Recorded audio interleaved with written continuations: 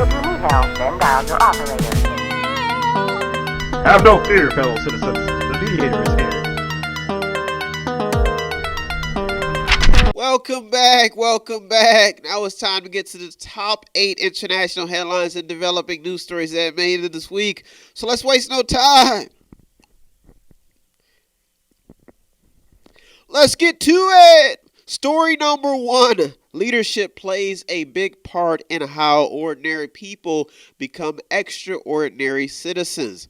One article in Forbes magazine turns to the opinion piece that some have about CEOs. So the opinion pieces about CEOs are circulating.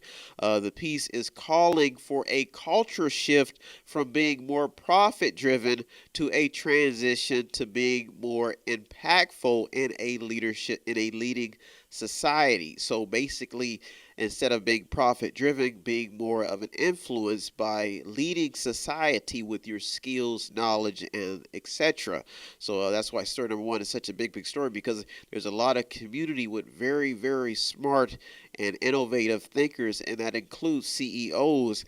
And this story is kind of homing in on how they can kind of be a bigger influence in their community if they give classes, go out, do outreaches, and get to know a lot of the people. This is a big headline.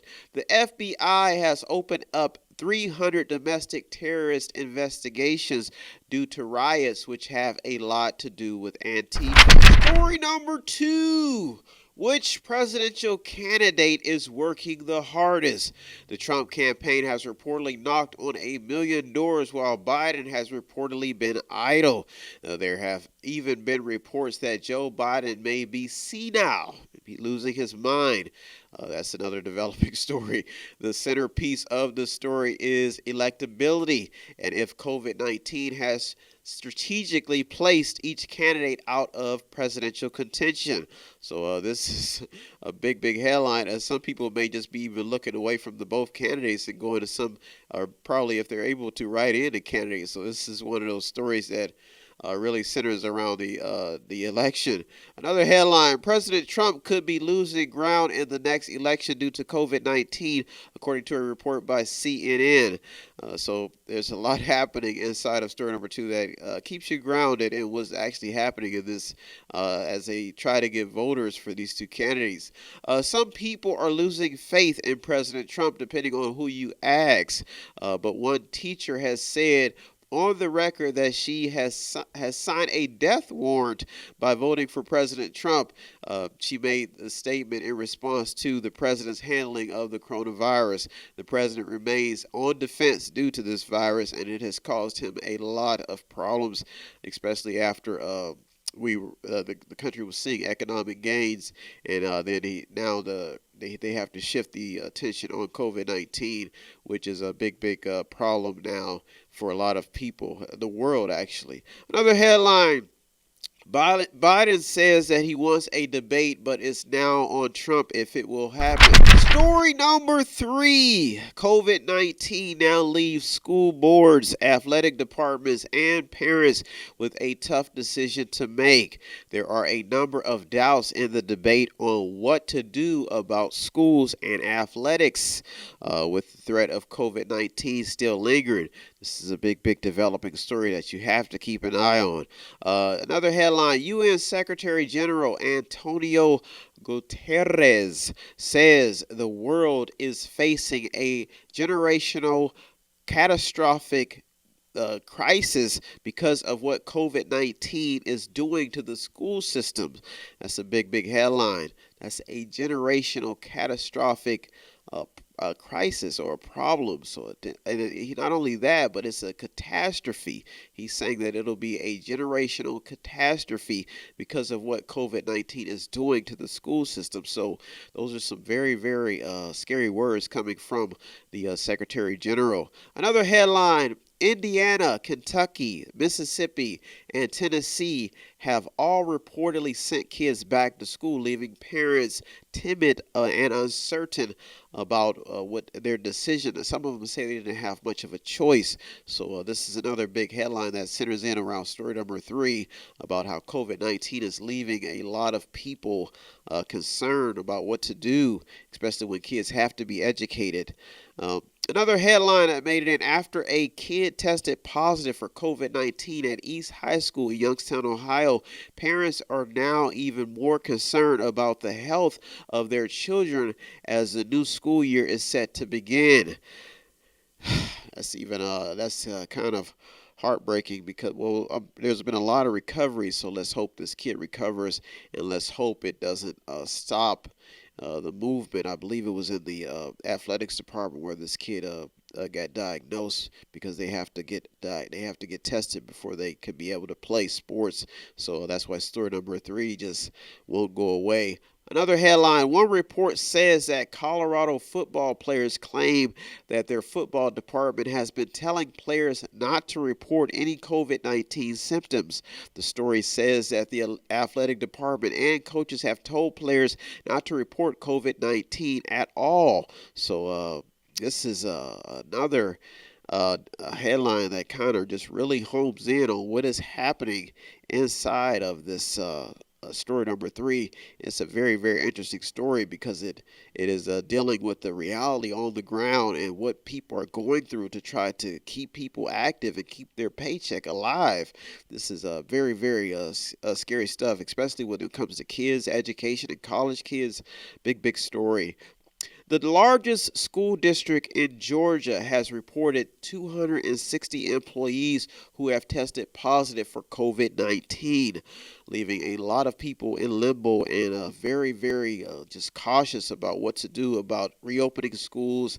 And this is why story number 3 it may be bumped up if it stays alive. New study shows that children may carry 10 times more COVID-19 than thought. So this virus is still serious, and it really gives people the idea of what is happening inside of the story. So the ideas are circulating on what to do and how to combat this virus. But some people say the biggest idea is that we have no choice. We have to continue to move on and fight through this COVID-19 stuff. So let's get to the next headline. Politico says that it may be too late for stimulus money to save the schools. So story number 4, there is still unrest in the Middle East. In an apparent retaliation, Israel has struck Syrian military targets near the capital of Damascus. This seems to be like, I guess, a forever battle for peace and stability. That's what a lot of people are saying, but the reality is that there is still unrest in the Middle East. Another headline: 21 dead in Afghanistan prison after an Islamic group takes responsibility for the attack. So even in the midst of battling COVID-19, there is still stuff going on in the Middle East. News, action, frightening stories that are happening all across the world as people are looking for peace and stability, but the world can't even calm down even when there is a pandemic, a virus spreading rapidly across the world. So keep an eye on story number 4. Well, those are our first 4 stories that made it in this week. I'll be back with the top 4 stories, which all equals out to 8 top international stories. I'll be right back. You're in the Mediator with me, Brian West. Don't go anywhere. If you want to check out the stories that almost made it in or did make it in, go to our Twitter feed on our website.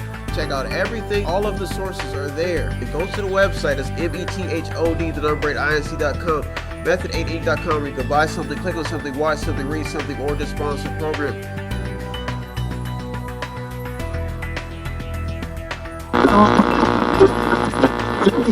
Welcome back. Now it's time to get to the top 4 international headlines and developing news stories that made in this week. So let's waste no time. Let's get to it. Story number 5. COVID-19 is a business killer. I repeat that. COVID-19 is a business killer. It doesn't just kill people, it kills businesses. Disney's theme parks reportedly lost nearly $5 billion due to coronavirus. That story is still developing. Another headline: Virgin Atlantic files for U.S. bankruptcy protection in a push to try and survive the COVID-19 pandemic. They're not the only airline suffering. U.S. says that China must step in to help lead the world's economy out of the wrath of COVID-19. I'm sure there will be further action as when you start killing businesses, you better be prepared for some not only recuperation, but not only reparation, but all types of people wanting to be reimbursed, and just the cause. This is the breakdown of economies on a global scale. And if everybody starts blaming China, some people are going to want answers, and everybody is not passive, especially when they're losing money. U.S. is not only in the fight with COVID-19, but the world is in the fight. This is another big developing story that centers in on how everybody is blaming not the United States, not the world, but China because of this virus. A numerous amount of furloughed workers feel their temporary layoff status will be permanent, according to CNBC. So this is why story number 5 is so big. It's because this is showing you that COVID-19 is killing businesses and economies on a big scale.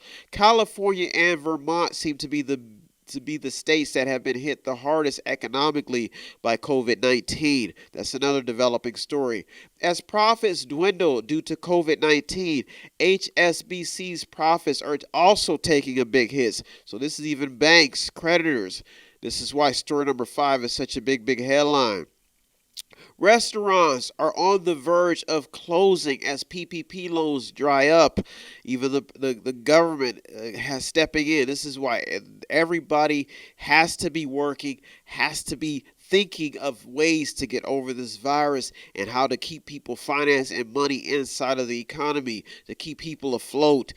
And this is probably the least time just not the time for people to be slacking off or trying to not get informed on what is happening, especially if you have family members. Story number 5 is a big headline. CNN reports that the American economy just had its worst quarter on record. That is not good. Story number 6. Youth issues remain a top concern, especially as teens continue to get in trouble with the police and violence across the United States and the world. 2 juveniles have been arrested in a shooting of an off-duty St. Louis police officer. This is just one of many stories that have involved teens that have been making headlines. An Arizona teenager is in the hot seat after being punished for taking his parents' Range Rover on a joyride. Story number 7 in the top 2 international headlines and developing news stories that made it this week. Why is everyone so against face mask mandates? At a Missouri pizza chain, a customer reportedly sprayed a worker with mace over a face mask dispute. This is a big headline. One report about a French man who got into an altercation over a face mask and apparently was beaten up with bats has also made headlines. I guess he got into it with someone because he wanted them to he asked them to wear a face mask. So this is the story number 7 is heating up because they're asking people to wear a mask to protect other patrons and to make people feel as if that they're being safe. Some people say the masks don't work at all, but there's different mixed data in story number 7, and that's why it's at the top 2 this week, because people have to protect themselves some way from this virus, and some people are getting into fights because they're trying to show people the seriousness of spreading this infection, especially to the elderly, but some people just don't want to take it seriously at all. Another report claims that an Australian woman bashed a cop's head into the ground, which was solid cement, because the officer asked her about a face mask. So this is there's just a lot going on inside of story number 7: hostility, violence, and people getting very upset about having to wear a mask to protect themselves from COVID-19. A brawl breaks out in Los Angeles after a woman threw coffee in an officer's face. The officer apparently asked the woman about a face mask. Story number 8 in the top international headline and developing news story that made it this week. There is a big divide on which party actually has a solution to the country's problems. Big divide. Most Republicans say that the Democratic policies are the reason for Americans' problems, while most Democrats say Republicans are the problem. This is the case as a lot of citizens remain polarized about political matters. This is showing a huge divide and a disconnect when it comes to policies that actually work. The reality is that the information that the informed, this is the real reality, it is that the informed are fighting to get the uninformed informed. And if that'll be a solution, but you can see what's happening inside of Sternum Rain. That's why it's at the top, because there's a political battle going on in America that is giving a ripple effect across the political aisles, because people want a return on their investments. You go to work, you pay taxes, you want these political candidates to be. You want some voice in this fight, and that's why Sternum Raid is such a big story. A new documentary looking into what a report calls a corrosive. A new documentary into a report that looks in and homes in on what people are calling a corrosive influence of money in U.S. democracy. So the report is basically talking about the swamp. The report is called The Swamp. This is what the report is called, and it's talking about how it's made a lot of headlines talking about the Trump administration and the push to make some changes in Washington, and if he has or has not achieved those goals. So it dissects this whole scenario. The new HBO documentary also talks about how there's been a mass mismanagement of funds and circulating of funds in different departments in Washington that has nothing to do with the public interest, or in some cases. So this is talking about corruption, and that's why this headline made news. And it also homes in on the president, and it's a very eye-opening piece that really shows what happens when taxpayer money is thrown in all different directions by leaders that are voted and put in office. So it even talks about the political leaders' spendings, their investments, their retirement funds, and how the public continues to suffer under this leadership in America. So this is why Sternum Raid is such a big headline. There's a big divide when it comes to politics, and the government seems to be the number one target. But the government has a voice in this fight as well. They're saying that they've been doing their job. Anybody on government payroll knows that those jobs are not easy, and that the taxpayer has been getting a return on their investment. But some people say that, or believe that they haven't, and this is why Sternum Raid is such an important story, and that's why it's at the top this week, especially as we're in election season and things are happening. So keep an eye on these stories, and there's a lot of things being revealed, a lot of secrets, skeletons in the closets coming out, and that's why Sternum Raid is such a big story. Well, those are our top 8 international headlines and local headlines and developing news stories that made it this week. As usual, I'd like to thank all the news outlets, the journalists, the media, the people on the front lines that keep us informed. You deserve all the credit, especially people on the front lines. I am just a mediator. If you want to be a contributor of this show or anything we do here at Method 8, the website is on the screen. All you have to do is buy something, click on something, watch something, read something, or to sponsor a program. We put a lot of things on the website just to try to inform, keep you informed, keep you entertained. There's local actors who come in and put their talent to work, their skills in the arts, and perform. So show us some support if you want to. Well, I want to thank you so much for tuning in this week. I'm going to take a break, come back and do it all over again next week, Lord willing. So look at 200 or more stories and try to keep you informed as much as I possibly can. Navigating the news just for you. Well, I want to thank you again. I'm out of here. and I'm going to do my duties and get back to work. Have a good week, everybody. Thank you for tuning into The Mediator with me, Brian West. The work is starting to pay off. I'm getting exhausted, so I'm going to get out of here. Have a good week, everybody. Peace. If you need help, then dial your operator. Have no fear, fellow citizens. The Mediator is here.